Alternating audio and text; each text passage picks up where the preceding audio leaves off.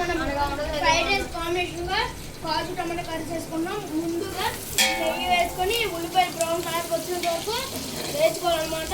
తర్వాత మనకి ఉల్లిపాయలు బ్రౌన్ కలర్లో వచ్చాయి కాబట్టి మనం టమాటాలు ఉడికినంత వరకు వేసుకుని వేసుకోవాలి.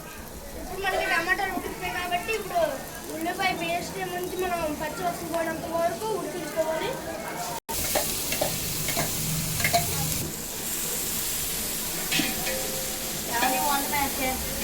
ఓకే, ఇప్పుడు మనకి ఉల్లిపాయలు పచ్చి వస్తు పోయింది కాబట్టి మనం కాజు వేసుకోవాలన్నమాట.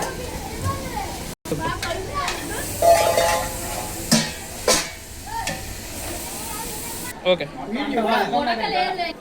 ఇప్పుడు మొత్తం ఉడికింది కాబట్టి అల్లం వెల్లుల్లి పేస్ట్ వేసుకోవాలి మనం.